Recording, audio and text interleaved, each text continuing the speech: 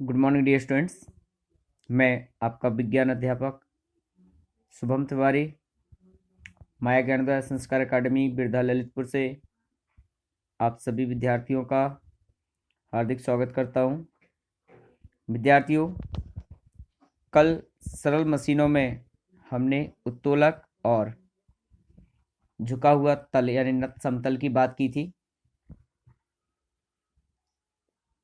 आज का जो हमारा विज्ञान विषय में सरल मशीन के अंतर्गत जो टॉपिक है वो और सरल मशीनों के प्रकार जैसे कि घिरनी, पेंच और पहिया एवं धुरी, इस पर चर्चा करने के साथ ही साथ हम आज इस विषय पर भी यहाँ पर चर्चा करेंगे कि जिन उपकरण, जिन मशीनों का हम अपने दैनिक जीवन में उपयोग करते हैं, तो इनका जब हम उपयोग करते हैं तो इनके मध्य में घर्षण की भी स्थिति उत्पन्न होती है, जिस कारण से इनके कलपुर्जे और इनकी धार या अन्य जो भी है वो घिसना शुरू हो जाती है। और एक समय ऐसा आता है कि ये इतने अधिक घिसते हैं कि ये कार्य करने लायक नहीं होते हैं, यानी कि धार कम हो जाती है, पतले हो जाते हैं। तो इस प्रकार से मशीनों को एवं उनके कलपुर्जों आदि को सही रखने के लिए हम कौन कौन से उनके रख रखाव के उपाय कर सकते हैं। तो विद्यार्थियों, कल झुका हुआ तल नत समतल के बाद आज बात करते हैं घिरनी की। देखिए, घिरनी भी एक प्रकार की एक सरल मशीन है। यह चल तथा अचल दोनों तरह से व्यवस्थित हो सकती है। जैसे आपने देखा होगा बोझा ढोने वाली गाड़ी, घिरनी की सहायता से जैसे कुएं से पानी बड़ी आसानी से हम सुविधाजनक तरीके से निकाल सकते हैं। किसी भारी बोझ को घिरनी की सहायता से उठाया जा सकता है। चल घिरनी के संयोजन में कम बल लगाकर भारी बोझ उठाना सरल एवं सुविधाजनक होता है। विद्यार्थियों, आपने ध्यान दिया होगा कि जब बड़े बड़े बिजली के ट्रांसफार्मर जब वो खराब हो जाते हैं तो आपने देखा होगा कि उन्हें खंबे आदि से उतारने के लिए, जमीन पर रखने के लिए, तो आपने देखा होगा चैन वाली जो एक सांकर वाली जो चैन होती है उसको घिरनी पर चढ़ा करके आसानी से ट्रांसफार्मर को वहां से उतार करके हम लोग वाहन में रख लेते हैं और इसे ले जाने का कार्य कर लेते हैं। तो किसी भी कार्य को, अगर किसी बोझ को आसानी से उठाना, जैसे कि किसी भारी बोझ है, बाल्टी है मान लीजिए, कुएं का जो एग्जाम्पल उसमें दिया गया है, तो आप डायरेक्ट खींचेंगे तो आप स्वयं महसूस करेंगे कि बल ज़्यादा लगाया है। जबकि आप घिरनी से रस्सी को खींचिएगा तो आपको स्वयं समझ में आ जाएगा कि हम कम बल लगा करके अधिक कार्य कर रहे हैं। इसी प्रकार पेंच और स्क्रू भी झुके हुए तल के समान ही होता है और यह भी एक प्रकार की सरल मशीन है। जैसे किसी मोटर वाहन के पहिए को निकालने में उसके धुरादंड को उठाने के लिए स्क्रू जैक का प्रयोग किया जाता है। लकड़ी के दरवाजे, खिड़की, अलमारी बनाने में स्क्रू ड्राइवर की सहायता से इनमें स्क्रू पेंच लगाए जाते हैं।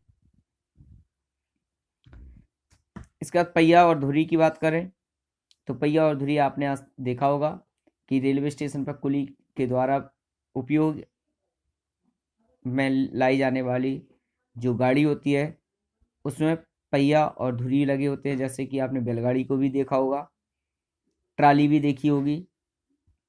तो विद्यार्थियों, पहिया और धुरी भी एक प्रकार की सरल मशीनें ही है। अधिकांशतः इनका उपयोग रेलवे स्टेशनों पर कुलियों द्वारा ट्राली, पहिया आदि के रूप में किया जाता है। ट्राली की सहायता से कुली बड़ी से बड़ी भारी वस्तु को आसानी से सुविधाजनक तरीके से एक प्लेटफॉर्म से दूसरे प्लेटफॉर्म पर ले जाने में उपयोग करता है। इसके बाद जो टॉपिक है वो है मशीनों की देखरेख एवं रखरखाव। विद्यार्थियों, हमें ये सभी लोग जानते हैं कि मशीनें स्वयं काम नहीं करती। मशीनों के द्वारा हम काम कर सकते हैं, लेकिन मशीनों को ऑपरेट करने के लिए, मशीनों को चलाने के लिए हमें व्यक्ति और ईंधन दोनों की आवश्यकता होती है। कुछ मशीनें ऑटोमेटिक होती हैं जो सेल्फ में ऑपरेट कर लेती हैं किसी भी चीज़ को, परंतु उन्हें भी स्टार्ट करने के लिए और ऊर्जा उन्हें देने के लिए हमें किसी न किसी माध्यम की आवश्यकता होती है। तो मशीनों द्वारा कार्य कराने अथवा मशीनों से कार्य लेने के लिए हमें बाहरी बल का प्रयोग करना पड़ता है। जैसे हल चलाने में हल स्वयं नहीं चलता पर बैलों के द्वारा चलता है। घिरनी की सहायता से पानी निकालने में तो घिरनी स्वयं काम नहीं करती है, व्यक्ति पानी खींचता है। तो कहने का तात्पर्य है कि इन सभी मशीनों में हमें बाहर से बल लगाना पड़ता है। अधिकांशतः मशीनें आपने देखा होगा धातु की बनी होती हैं, कुछ लोहे की, स्टील की, पीतल की, तांबे की। अधिकांशतः लोहा का प्रयोग मशीनों को बनाने के लिए किया जाता है। जब मशीनें ऑपरेट होती हैं, चलती हैं, तो उनके कलपुर्जों में आपस में घर्षण होता है। घर्षण के कारण इनके कलपुर्जे आदि घिसने लगते हैं। तो इनके जो कलपुर्जे हैं वो अधिक लंबे समय तक चलें, कम से कम घर्षण की स्थिति इनमें उत्पन्न हो, इसके लिए हम मशीनों के कलपुर्जों में स्नेहक तेल, ग्रीस, मूवी ऑयल आदि ऐसी वस्तुओं को लगाते हैं जिससे कि उनके कलपुर्जों के बीच में मध्य में चिकनाहट उपस्थित रहे और घर्षण कम से कम हो। विद्यार्थियों, जितना घर्षण कम से कम होगा उस मशीन के जो कलपुर्जे हैं वो उतने ही अधिक लंबे समय तक चलेंगे और उतना ही अच्छा हमारे लिए कार्य करेंगे वो। तो विद्यार्थियों, इसके बाद मशीनों की बॉल बेयरिंग तथा बेलन बेयरिंग में घर्षण को कम करने के लिए हम ग्रीस लगाना चाहिए। मशीनों में जंग लगने से बचाने के लिए हमें पेंट का प्रयोग करना चाहिए। रेगमाल से रगड़कर सफाई करना चाहिए। बाहरी भागों को पेंट कर देना चाहिए।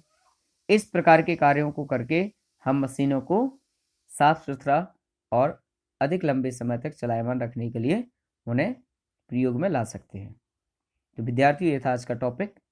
कल एक नए अध्याय के साथ, नए चैप्टर के साथ फिर उपस्थित होंगे। तब तक के लिए आप सभी को मेरी ओर से शुभकामनाएं। Thank you so much.